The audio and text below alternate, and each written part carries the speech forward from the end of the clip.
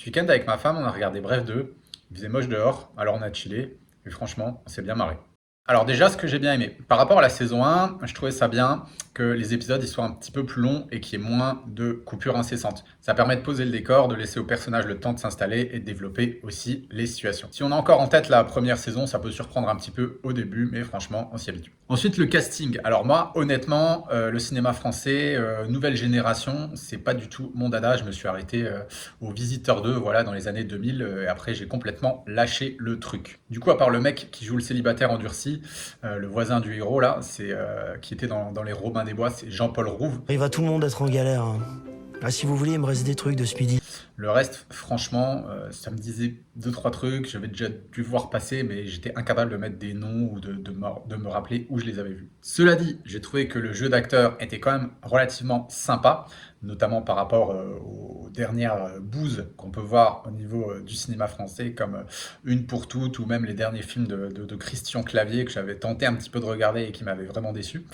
Franchement, ça va. Ensuite, ce que j'ai vraiment trouvé sympa, c'est que la thématique principale n'est pas creuse. Elle est vraiment profonde par rapport à d'autres séries qu'on peut voir. C'est posé, c'est réfléchi, il y a presque une démarche philosophique. Dans Bref 2, on parle de solitude, de vieillissement, de remise en question. Et il y a toujours ce mélange qui est vraiment bien dosé entre mélancolie et humour. Parlons maintenant de ce que j'ai un petit peu moins aimé dans cette série. Comme je vous disais, il y a maintenant des épisodes qui font 30 minutes. Mais au sein de ces 30 minutes, on a en fait des mini-séquences. Et ces mini-séquences vont durer entre 1 et à peu près 4-5 minutes. Le format est sympa. Ce que ça nous permet, c'est de nous maintenir en haleine. En fait, quand on regarde Bref 2, on ne s'ennuie absolument pas. Ces coupures incessantes, elles peuvent amener parfois, je trouve, à un manque de profondeur. Mais aussi le fait de sauter de scène en scène. Ok, on ne s'ennuie pas. Mais par contre, il faut suivre. Voilà, il y a des sauts narratifs qui sont un petit peu bizarres, j'ai trouvé. Et ça, bon, faut rester vraiment concentré et parfois ça demande certaines réflexions de se dire ouais, on en est où là, qu'est-ce qui se passe? Alors le dernier point que j'ai vraiment pas du tout aimé dans cette série, c'est les espèces de caméos en pagaille. En fait, on a des apparitions qui sont là juste pour le clin d'œil. Je veux dire, j'ai déjà la flemme de recharger l'enceinte Bluetooth. T'imagines faire un concert?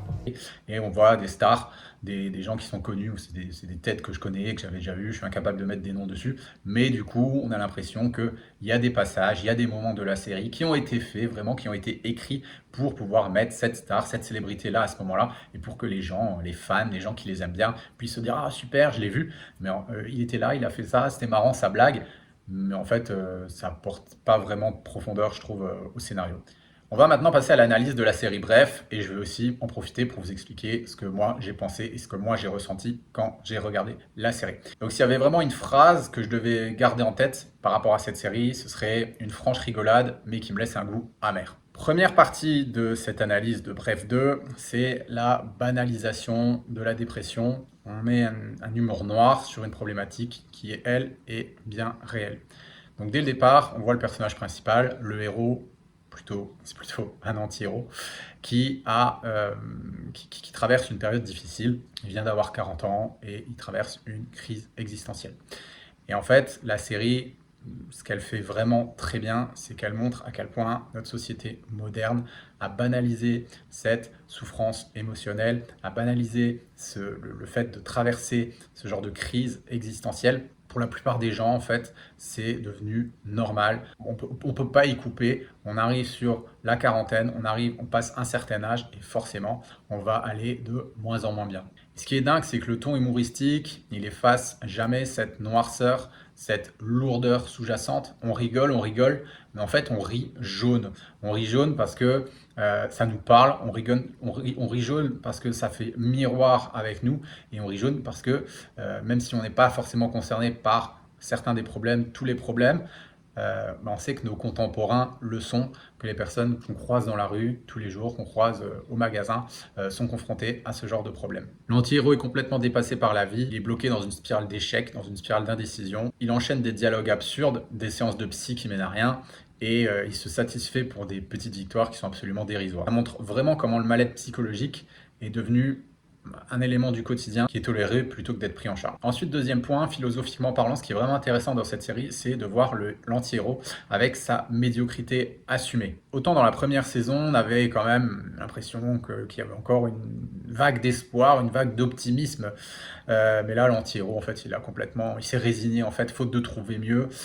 son taf est pas du tout passionnant, il se fait virer. Sa vie sociale, c'est plus des habitudes que des relations profondes. D'ailleurs, c'est rigolo parce que dans le premier épisode, on le voit prendre un médicament et en fait, il se rend compte que quand il prend ce médicament, je sais plus le nom exactement. Moi, quand je me sens seule, je prends du Malacompagnax 3000. Malacompagnax 3000, la solution parfaite pour vous enlever toute sensation de solitude. C'est ce qui lui fait avoir des relations merdiques avec les femmes et accepter d'être avec des connes qui lui gâchent la vie. Et en fait, il se rend compte un petit peu vers la fin du premier épisode qu'il prend aussi ce médicament pour avoir des relations merdiques avec ses amis. Voilà, que ses amis sont toxiques. Donc à ce niveau-là, la série, elle pointe du doigt une vérité que je trouve assez dérangeante. Beaucoup d'hommes finissent par s'installer dans une vie qui est médiocre, moyenne, pas par choix, mais par fatigue, par une espèce de manque de moyens et une résignation. Et là, en y regardant de plus près, ça m'a rappelé quoi? Ça m'a rappelé le dernier homme de Nietzsche qu'il a théorisé dans Zarathustra. Malheur, les temps sont proches du plus méprisable des hommes, qui ne sait plus se mépriser lui-même. On a son petit plaisir pour le jour et son petit plaisir pour la nuit, mais on respecte la santé. On ne devient plus ni pauvre ni riche, ce sont deux choses trop pénibles. Point de berger et un seul troupeau. Chacun veut la même chose, tous sont égaux. On se dispute encore, mais on se réconcilie bientôt, car on ne veut pas se gâter l'estomac. Ce type dans Bref 2, c'est vraiment l'incarnation du nihilisme. Il a renoncé à toute ambition, il se contente d'une existence médiocre où il n'y a rien qui a vraiment d'importance. Une vie sans passion, une vie sans lutte, qui finit par être l'apothéose du vide existentiel. Ensuite, dans Bref 2, je trouve que la précarité, elle est abordée avec brio. C'est un mal qui est omniprésent, mais en même temps camouflé. Dans la première saison, si je me rappelle bien, on parlait déjà de petites galères financières, mais là, dans cette saison, ça frappe encore plus fort. Le coût de la vie, la difficulté à se projeter, et puis aussi la pression sociale qui est partout. Et on voit le héros à presque 40 ans, c'est triste, jongler avec des petits boulots qui sont incertains, des projets pro qui n'ont ni queue ni tête, mais surtout, on sent chez lui une peur du déclassement qui est palpable. S'il peut pas payer son loyer, s'il peut pas payer ses factures, en fait, qu'est-ce qu'il attend? Et j'étais dans la merde.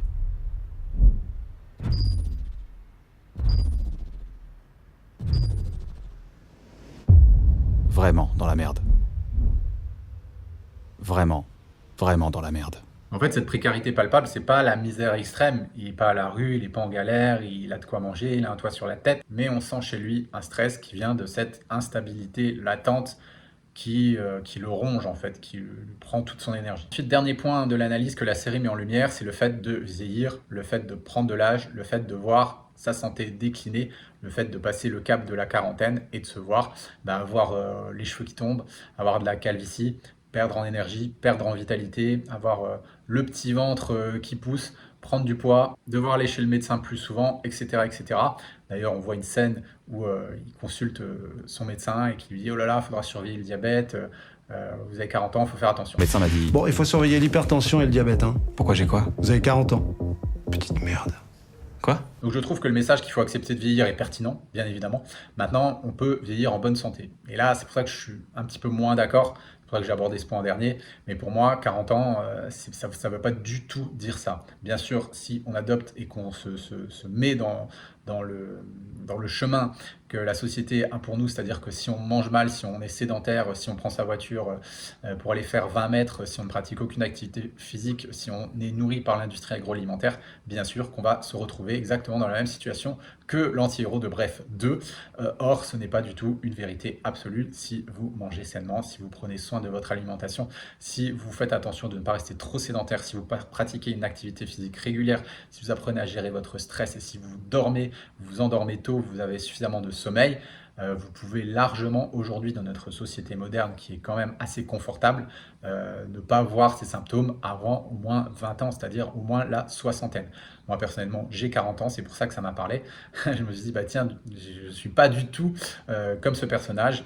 Pourquoi? Parce qu'en fait je n'ai pas du tout le même mode de vie que ce personnage. Je ne fais pas la bringue, je ne fais pas la fête, je ne vais pas en discothèque et forcément sur ma santé ça se voit. Mais par contre je vais avoir 40 ans aussi et je sais que si j'adopte ce même mode de vie que ce personnage, et ben forcément j'aurai les conséquences qui vont avec. Donc la série nous balance ça comme une fatalité, comme si on était condamné à subir. Moi je pense pas que vieillir c'est synonyme forcément de déclin. Alors on va passer à la conclusion de cette analyse. Honnêtement, vous allez passer un bon moment, vous regardez Bref 2, c'est sympa, c'est rigolo, c'est dynamique, on s'ennuie pas. On rigole bien. Moi, j'ai bien rigolé, j'ai passé un bon moment. Si vous la regardez au second degré, pardon, si vous la regardez au second degré, franchement, c'est sympa.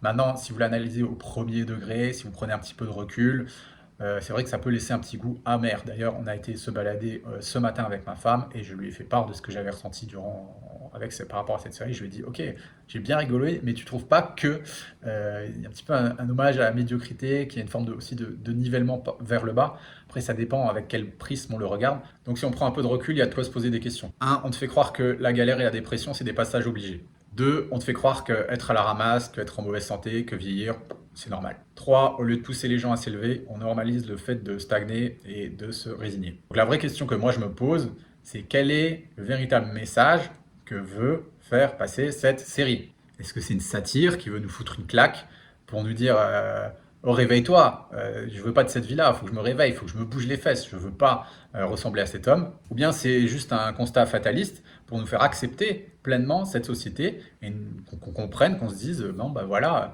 t'es un millénial, voilà, t'as 40 ans, c'est comme ça, la société elle est comme ça, elle fonctionne comme ça, accepte-le. D'ailleurs, moi souvent pendant la série, je me suis dit waouh, je suis trop content de pas ressembler à ce mec en fait.